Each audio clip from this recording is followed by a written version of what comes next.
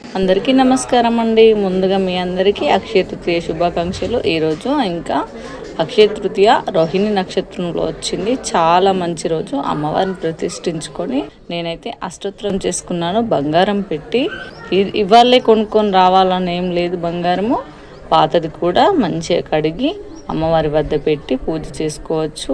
కల్లుప్పు అంటారే, రాళ్ళ ఉప్పు, అది తీసుకొచ్చుకోండి. అమ్మవారి స్వరూపము సముద్ర తనయి కాబట్టి సముద్రంలో ఉంటుంది అమ్మవారు.